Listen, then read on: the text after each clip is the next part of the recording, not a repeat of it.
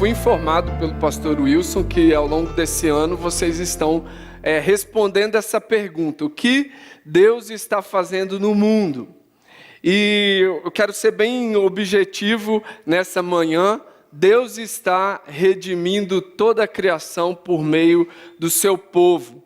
Deus criou o ser humano para um relacionamento íntimo e amoroso com o ser humano, conosco. Nós fomos criados para o relacionamento com Deus. E nesse relacionamento nós escolhemos não obedecer a Deus e não estar debaixo do seu governo. Então veio a queda. Escolhemos viver a vida independente do nosso Criador, e debaixo da queda nós então contaminamos e permeamos o pecado em todo o mundo, e toda a criação hoje está debaixo dessa queda. Mas Deus, Ele nunca desistiu de nós. E por isso Ele então resolve fazer uma aliança com Abrão, Sarai, e depois com o rei Davi, após o povo já ter sido formado e pedir um rei. Então Deus resolve fazer um acordo, uma aliança com o rei Davi, para que ele pudesse cumprir o seu plano de redenção do mundo, por meio do seu povo. E o povo de Deus, ele foi usado então por Deus como uma espécie de espelho. Quem conhecesse o povo de Deus, conheceria um pouco mais a Deus. Então a missão, ela era centrípeta. As pessoas elas tinham que ir até Israel e conviver com aquele povo e saber como é o governo amoroso e bondoso de Deus, do Deus Criador, um único Deus. E aí a gente percebe no profeta Isaías que desde o início, a escolha de Deus nunca foi dar exclusividade aos judeus, mas a partir dos judeus, como vocês estão vendo aí em vermelho, todas as nações, o povo de Israel seria luz para os gentios. Ou seja, a ideia de Deus é colocar para que o seu povo pudesse olhar para três direções diferentes. Iria olhar para trás e encarnar a ideia original da criação, e vivendo de acordo com aquilo que Deus entendeu ao homem, planejou para o ser humano. É também olhar para frente e, como uma nação de profetas, mostrar e viver na expectativa do que estava por vir, da redenção que Deus queria fazer no mundo, e sinalizar esse reino vindouro e viver na esperança da consumação do que Deus faria e quer fazer por meio do seu povo. E a terceira dimensão, a direção que o povo de Deus deveria olhar, então, para trás, para frente e também para fora de si. Desde o início, o povo de Deus foi chamado para olhar para fora, como o povo que vivia de uma maneira distinta, num modo de vida, num estilo de vida atraente para a glória de Deus. Eles poderiam então mostrar para as nações ao seu redor como elas deveriam viver, e assim confrontar a idolatria, confrontar o pecado e mostrar que em Deus existe redenção. E é interessante porque, infelizmente, apesar do plano de Deus ser esse, o povo falha. O povo de Deus, escolhido para ser luz para os gentios, falha. E aí a gente tem não sei se dá para ver muito bem, mas a gente tem aí um panorama bíblico dos reis, o reino unido, o reino dividido, e os profetas que falaram para cada reino. Não dá muito para você ver, mas eu queria só trazer para vocês terem uma ideia de que no período do exílio do povo de Deus, quando o povo de Deus foi para o cativeiro, É exatamente nesse período em que o povo vivia em desobediência, insistindo em não viver de acordo com a vontade de Deus, é que então surge Buda, surge Confúcio e surge as ideias de Sócrates. Porque, meus irmãos e irmãs, amigos e amigas, é na falência do testemunho do povo de Deus, é que os sofismas, as falsas verdades, elas ganham terreno no mundo. Mas é interessante porque ainda assim Deus não desistiu do seu povo e muito menos do seu plano de redimir toda a criação. Por isso, no meio do cativeiro, no meio do exílio, quando o povo escolhido de Deus era refugiado, estava sendo escravo do povo babilônico, Deus levanta Jeremias. Na mesma época de Buda, Confúcio e Sócrates, Deus levanta Jeremias. E aí ele vai dizer: se você voltar, ó Israel, volta para mim, diz o Senhor. Se você afastar para longe da minha vista os seus ídolos detestáveis e não se desviar, se você jurar pelo nome do Senhor com fidelidade, justiça e retidão, então as nações serão por ele abençoadas e nele se gloriarão. Nunca as nações deixaram de ser plano de Deus. E por meio do seu povo redimido, Deus queria abençoar todas as nações da terra. Enquanto Buda, Confúcio e Sócrates espalhavam as suas ideias, Deus insistiu em chamar o seu povo para o arrependimento e para o engajamento na missão de levar a sua glória a todos os povos. E Deus então vai até as últimas consequências, quando Ele envia então o seu Filho Jesus Cristo ao mundo, para encarnar de uma vez por todas o seu plano, e mostrar que só por meio de Jesus, o único caminho, é que temos a salvação e a redenção. Não mais por meio desse povo Israel, ou de um povo seleto, mas pelo sacrifício do seu próprio Filho Jesus. Nós seríamos unificados, nós seríamos congregados como povo. E aí entra nós, gentios. Não sei se tem algum judeu aqui, mas todos nós, gentios, entramos debaixo da salvação pelo sangue de Jesus. É Jesus, então, que nos une e nos traz para esse lugar que nós chamamos de igreja. É por causa dele que nós estamos aqui essa manhã.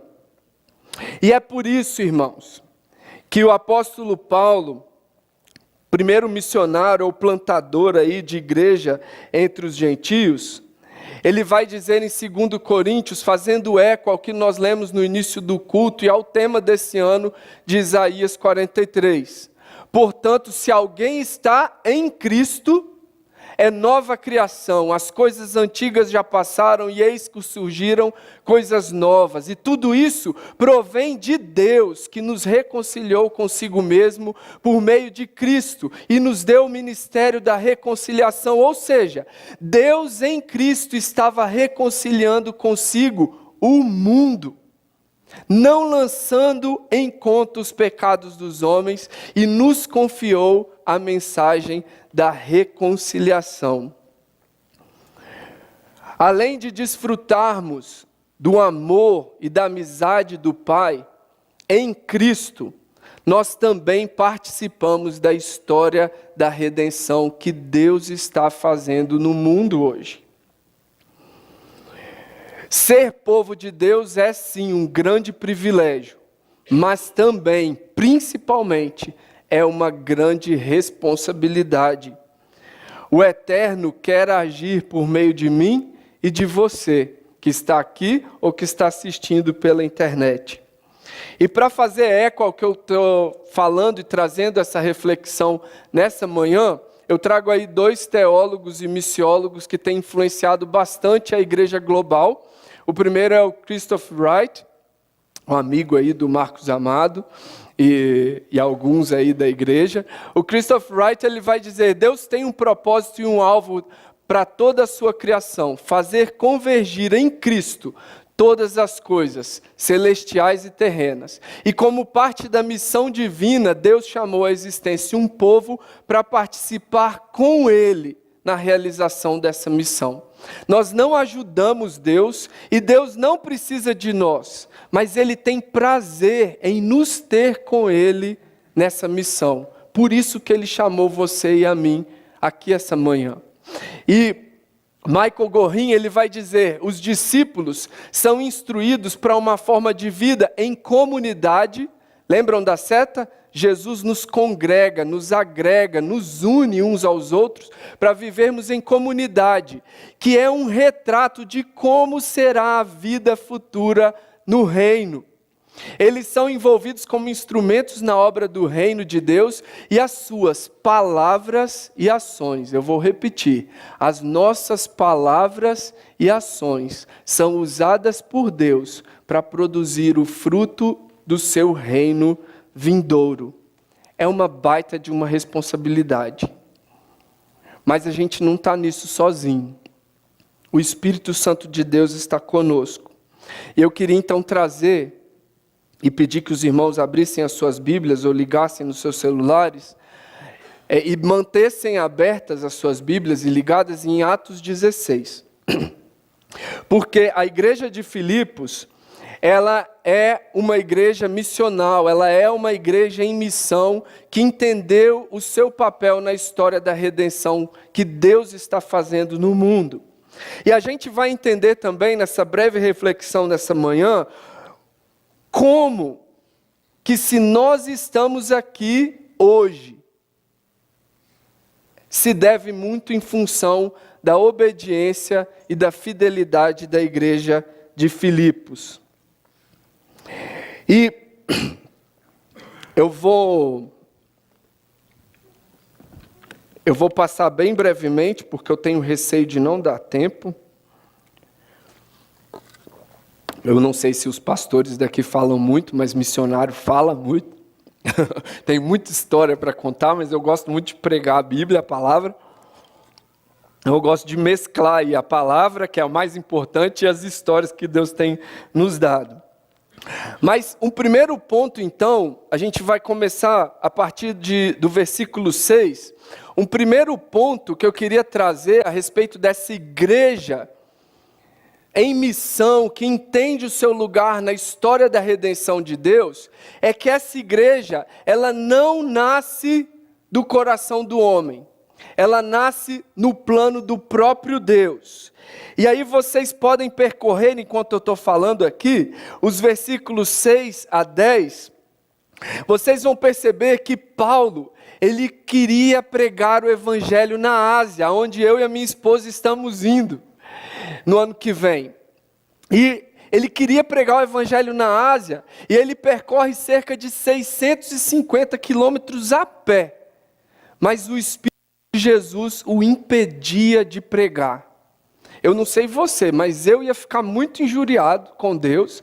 Deus, eu estou andando 650 quilômetros a pé, não é de avião, nem é de cavalo, é a pé, para pregar o teu evangelho, e por que eu não estou conseguindo?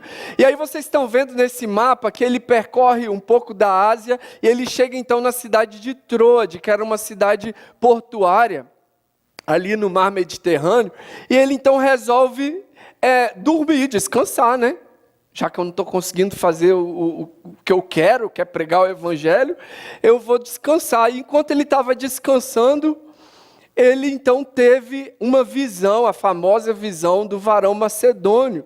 E aquele homem da Macedônia fala: vem para Macedônia e nos ajude. E olha só o versículo 10. Depois que Paulo teve essa visão, preparamo-nos imediatamente para partir para Macedônia, concluindo que Deus nos tinha chamado para lhes pregar o evangelho. E depois de andar 650 quilômetros a pé, ele então vai pegar o navio, e ele vai passar por uma série de cidades até chegar em Filipos. Irmãos, imediatamente Paulo e a sua equipe missionária, Paulo não estava sozinho, Paulo estava com Silas, Timóteo e Lucas, que é o escritor de Atos. Então, ele imediatamente após ouvir a orientação de Deus, ele vai então para Macedônia, primeira cidade da Europa a receber o Evangelho. A igreja em missão, então, a igreja missional, a igreja em missão, ela entende que ela não existe meramente por causa de um plano humano. Ela nasceu no coração do próprio Deus.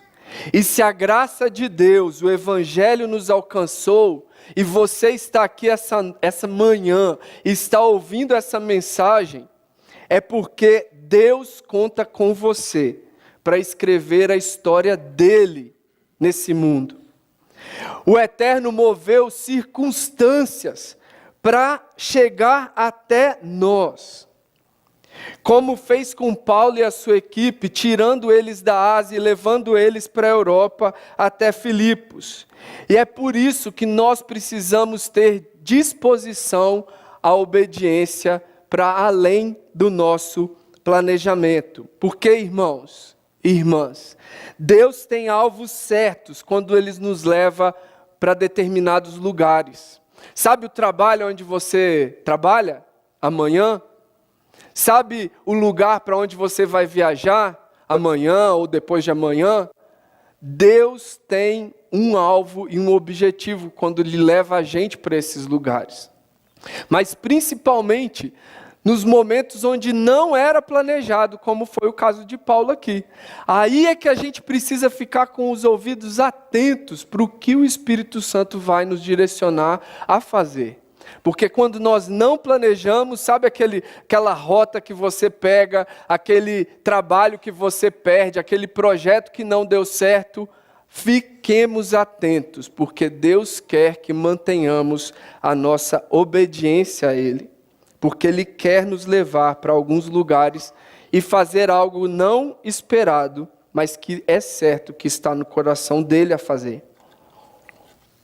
Essa foto que vocês estão vendo aí é uma foto minha no Timor-Leste, em 2008.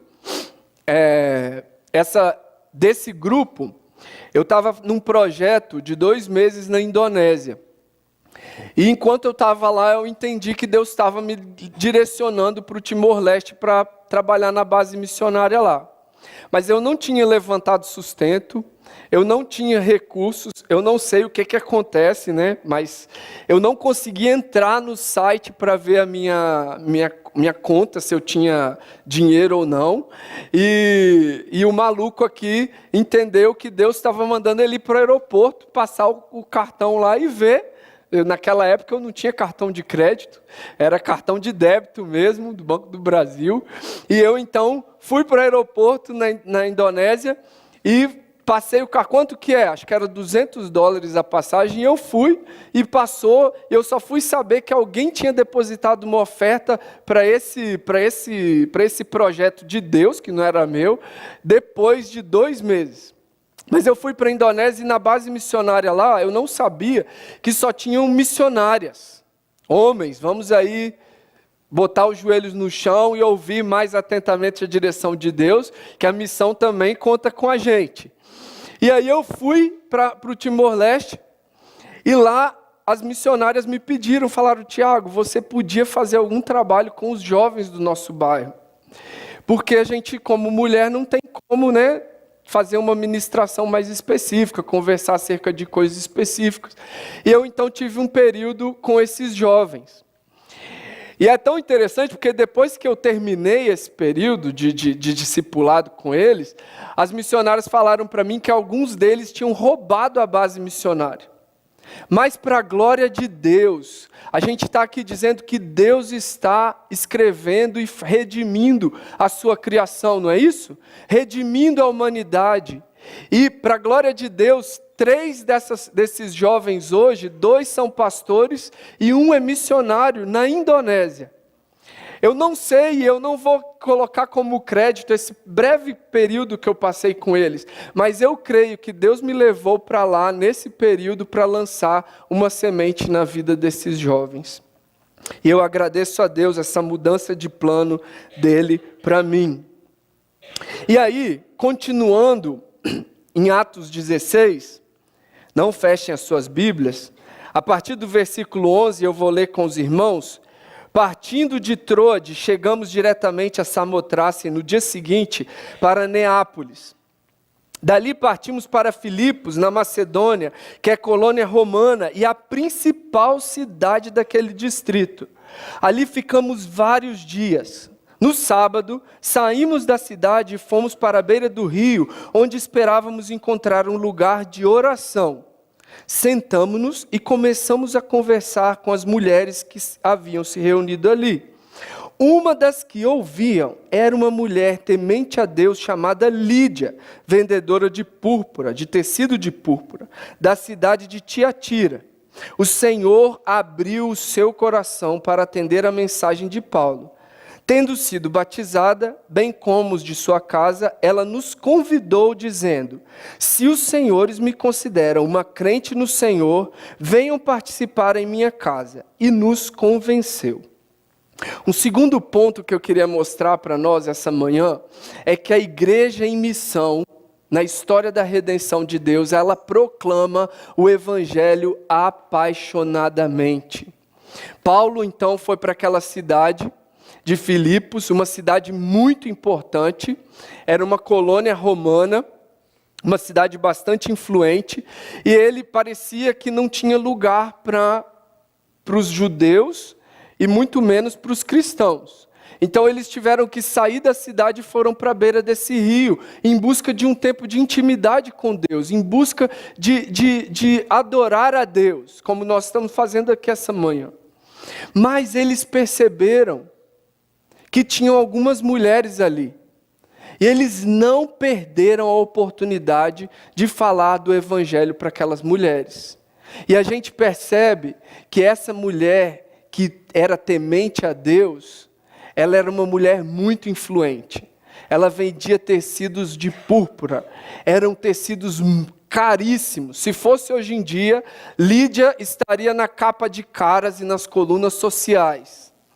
Ela seria uma mulher muito conhecida. Eu conheço muito pouco esse meio, então eu não tenho como exemplificar, mas as mulheres aí e os homens que conhecem devem saber.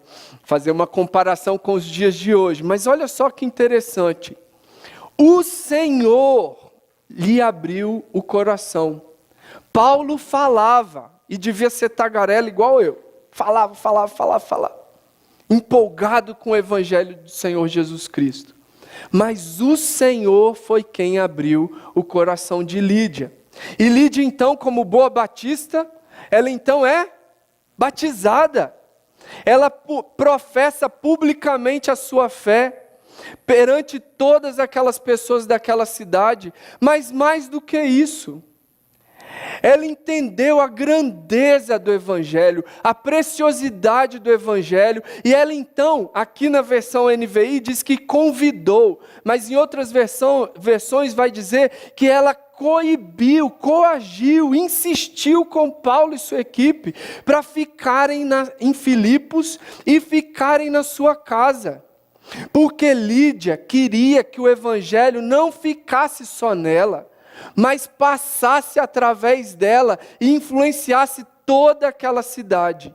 Lídia colocou diante daqueles plantadores de igreja missionários, ela colocou todos os seus recursos, ela colocou toda a sua reputação, ela colocou a sua casa à disposição da pregação e da proclamação do Evangelho.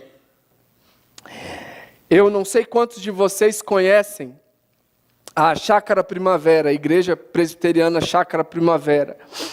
Eles começaram um movimento de plantação de igrejas em 2012, se eu não me engano, ou 11. E esse movimento de plantação de igreja tem influenciado muito a igreja brasileira e tem crescido, que no ano passado eles reuniram quase 2.000 pastores e plantadores de igreja em Campinas. E é uma igreja bastante influente naquela região, eu sou dessa região de Campinas, mas poucos sabem que a igreja Chácara Primavera começou na casa dessa Lídia. A professora Ana Maria foi minha professora de sociologia no seminário. A professora Ana Maria, ela é uma Lídia do nosso tempo. E ela tem muitos recursos financeiros. O marido dela é empreiteiro, então faz muitas construções pelo Brasil afora. E ela, entendendo a grandeza do Evangelho, entendendo a preciosidade do Evangelho, ela colocou à disposição a sua casa e também a sua reputação. Quem ela era. Falar de Jesus, testemunhar o poder e o amor de Deus, sinalizar o reino, é algo muito presente e praticamente natural ao discípulo missional, ao discípulo em missão. A gente coloca a nossa vida à disposição dessa missão de Deus, mas nós sabemos que é somente o Espírito Santo que pode transformar corações e mentes.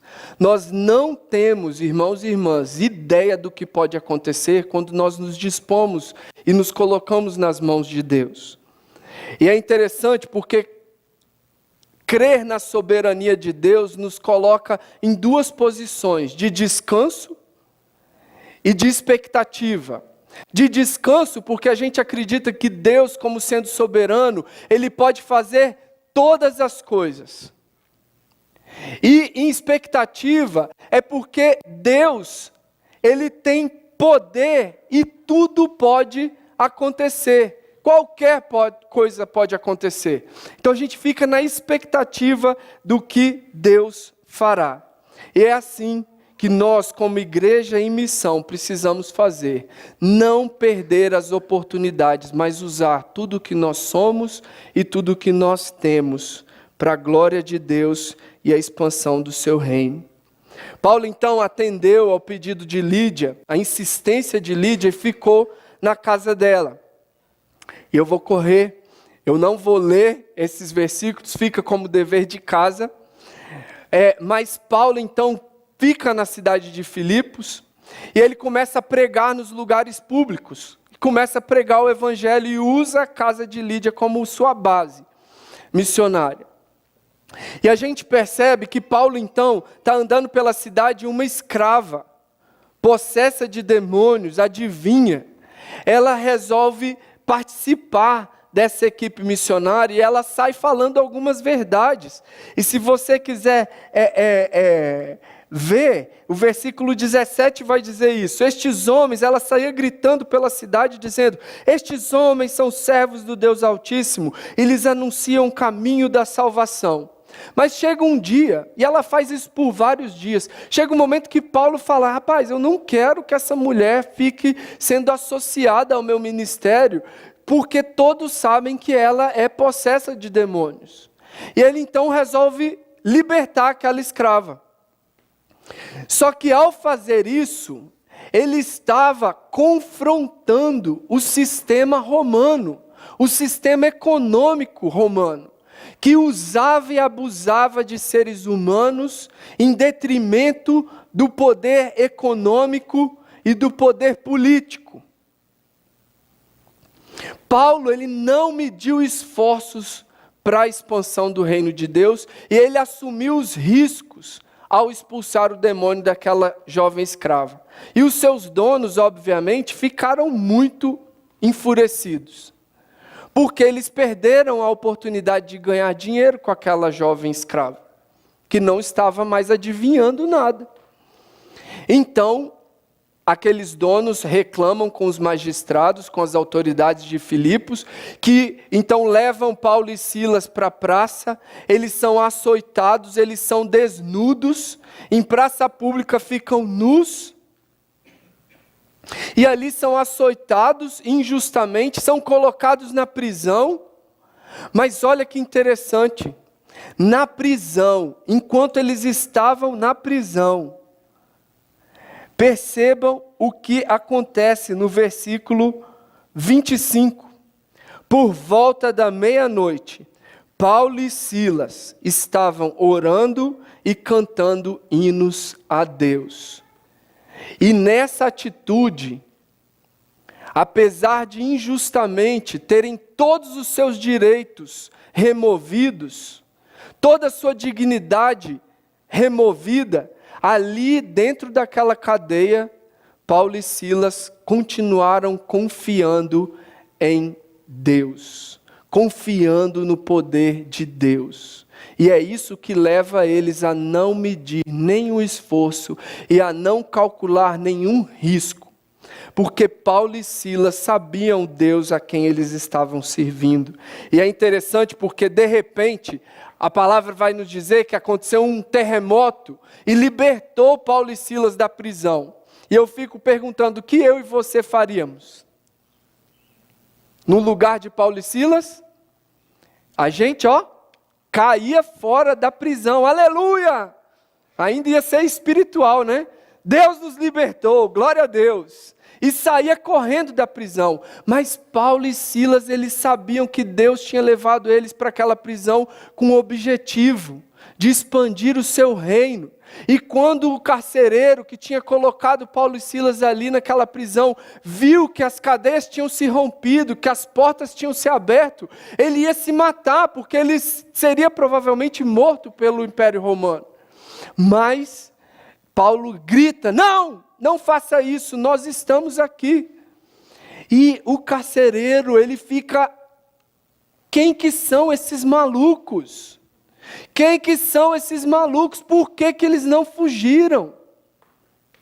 Então, Paulo e Silas pregam para aquele que os prendeu, para aquele que estava os guardando na prisão. Irmãos e irmãs, a igreja em missão, que entende o seu lugar na história da redenção, ela não olha para fatores limitantes e nem inibidores da fé. Antes, ela mantém a sua confiança e busca ser totalmente fiel ao Senhor. Os Guinness diz que nós não precisamos de mais relevância como povo de Deus hoje. Nós precisamos ser fiéis ao nosso Senhor. Apesar de nós, apesar das circunstâncias, apesar das adversidades, Deus continua sendo Deus. E Ele continua contando com as nossas vidas para a sua história e para aquilo que Ele está fazendo no mundo. Por fim, a gente falou que a igreja missional, então, ela é formada por discípulos que entenderam o seu lugar nessa história que Deus está escrevendo. E como a igreja de Filipos encontrou a salvação em Cristo, e foi então levada ao Senhor, e a igreja então surge em torno de Cristo, em Cristo são feitas todas novas, todas as coisas. A história de Lídia é transformada, a história daquela jovem escrava é transformada, a história daquele carcereiro com a sua família é transformada, e a igreja de Filipos nasce a partir desses três contextos, dessas três vidas que nós vimos essa manhã. A igreja, ela se reúne em torno de Cristo, mas é o mesmo Cristo que envia essa igreja para abençoar todas as nações da terra. A igreja nasce em Filipos e influencia aquela cidade, mas essa igreja agora na missão não mais centrípeta, mas centrífuga.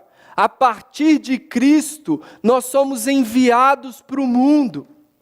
Quando nós sairmos hoje, essa manhã, daquela porta, nós precisamos entender que nós, como discípulos de Cristo, estamos sendo enviados por Deus para os lugares aonde nós vamos essa semana, porque Deus conta com você e comigo para a expansão do seu reino e a proclamação do seu evangelho para as pessoas que nós vamos encontrar.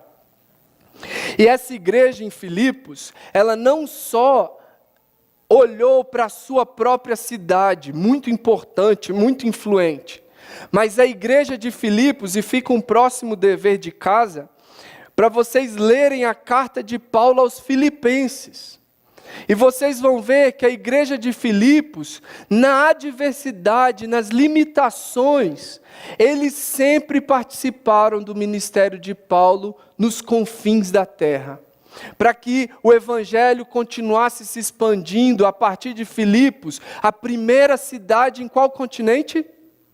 Na Europa. E a partir da Europa, ali de Filipos, o evangelho foi crescendo e foi tomando todo o resto da Europa. E da Europa foi para os Estados Unidos. E dos Estados Unidos chegou até nós. De onde vieram os nossos irmãos batistas? Olha como a fidelidade e o entendimento de missão da igreja de Filipos nos abençoou e trouxe o evangelho até nós. Mas o que Deus está fazendo no mundo hoje? Lembram que a desobediência do povo de Deus gerou e abriu caminho para os pensamentos do budismo nascerem e se espalharem pelo mundo? Mas olha o que Deus está fazendo no mundo hoje. Deus está redimindo toda a criação. No Nepal, berço do budismo, 1956, não existia nenhum cristão conhecido, mas olha em 2010, mais de 1 milhão de cristãos, de discípulos de Jesus. A mesma coisa acontece no Camboja. Deus está em missão no mundo e Ele está usando a sua igreja para redimir a história, para transformar vidas. Em 2010 já existiam mais de 240 mil crentes e 2.000 igrejas no Camboja. No Laos a mesma coisa tem acontecido, apesar do Laos ser um país budista, fechado para o evangelho, perseguindo os cristãos.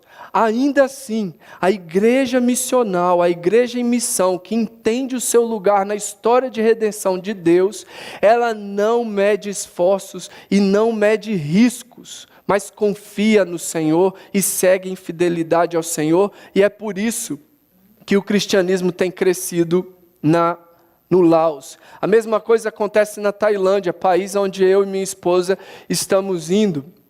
Percebam que em 4 anos, de 2007 a 2011, o número de cristãos cresceu 70 mil. Aí você deve falar, poxa Tiago, 70 mil é muito pouco. Mas a Tailândia inteira, de todas as confissões de fé protestantes, são 450 mil cristãos. 450 mil evangélicos. Se em 4 anos cresceu 70 mil, isso é motivo de alegria, de celebração, porque Deus está em missão no mundo. A Mongólia, quando eu tinha 9 anos de idade, não existia nenhum cristão na Mongólia budista comunista.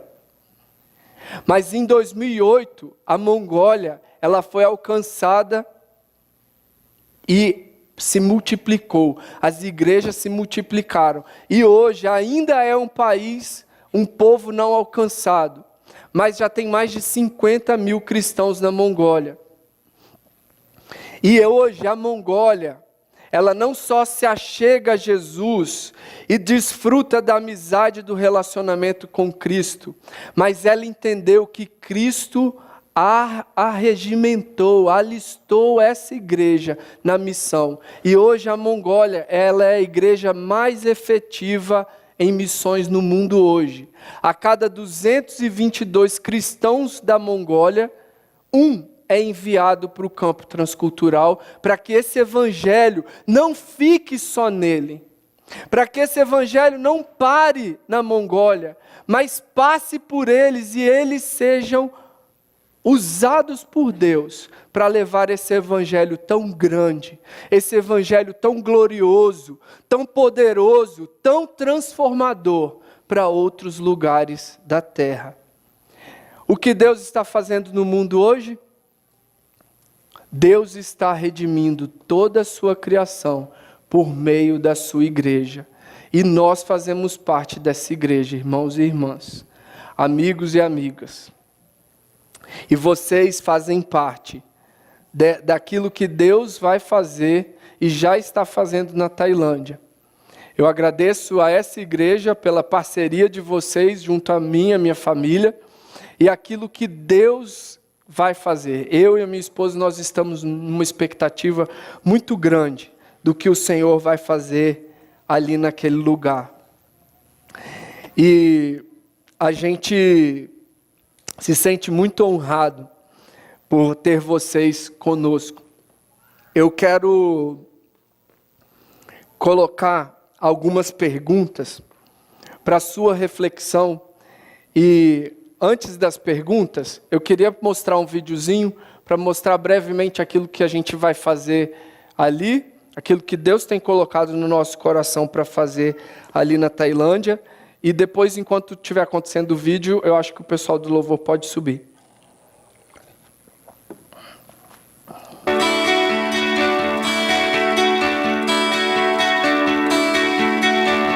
Olá, somos a família Gornides. Meu nome é Tiago. Eu sou a Mira e somos os pais da Sofia.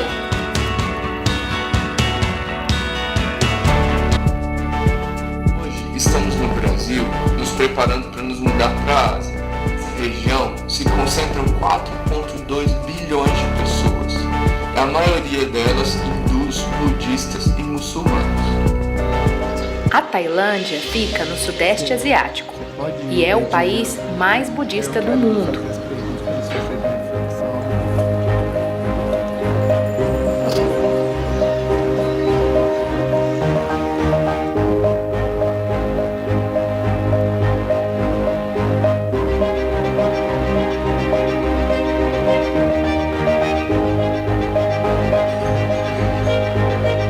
Queremos ser parte do mover de Deus e sermos catalisadores do movimento de plantação e revitalização de igreja na Tailândia.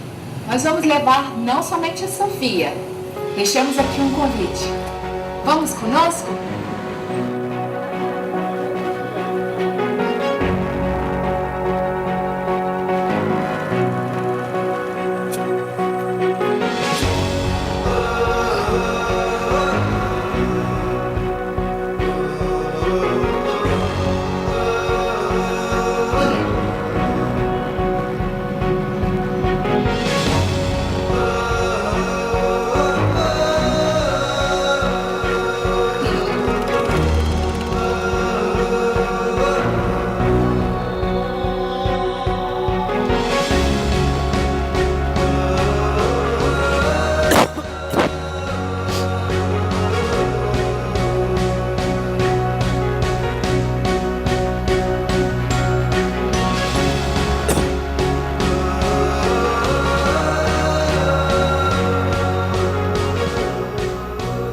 É muito bom para nós saber que, assim como a igreja de Filipos investiu no ministério de Paulo, vocês, como o CB Moema, vão investir no nosso ministério.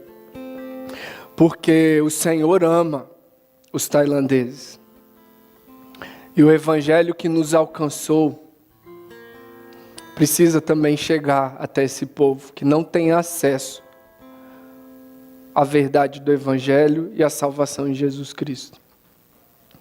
Eu queria fazer algumas perguntas e queria convidar você para se acomodar, fechar os olhos, para você refletir sobre essas perguntas. Nós vamos essa manhã celebrar a ceia do Senhor, o corpo que foi partido, o sangue que foi vertido por nós. Quão precioso é o nosso Senhor. Quão grandiosa é a salvação que nós recebemos em Cristo. Mas Cristo é digno e essa salvação não é para ficar em nós, é para passar por nós. E diante daquilo que nós ouvimos essa manhã, queria fazer 3 perguntas para você pensar. Você tem dimensão do movimento de Deus para te encontrar e fazer de você filho e filha, discípulo e discípula? Você tem dimensão do movimento de Deus para Ele te trazer até aqui essa manhã, para ouvir essa mensagem e deixar com que essa palavra te transforma?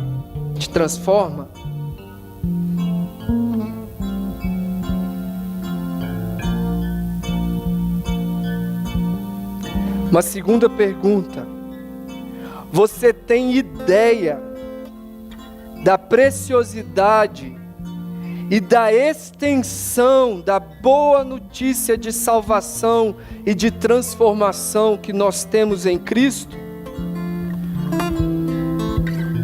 É possível essa boa notícia ficar só em você? Pense agora naquelas pessoas que você, no seu amor imperfeito, ama e quer ver recebendo essa salvação e sendo transformado pelo Espírito Santo. Fale com o Senhor agora e apresente essas pessoas diante do Senhor.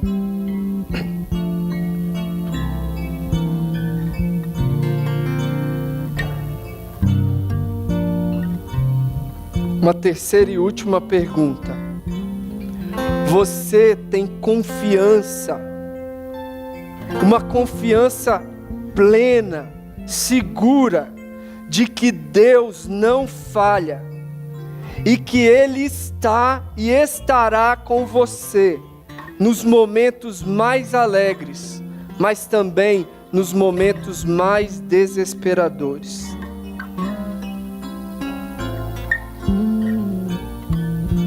Responder a essas perguntas vai mostrar para você e para mim o quanto nós estamos dispostos a nos envolver nessa história de redenção que o Senhor está fazendo no mundo.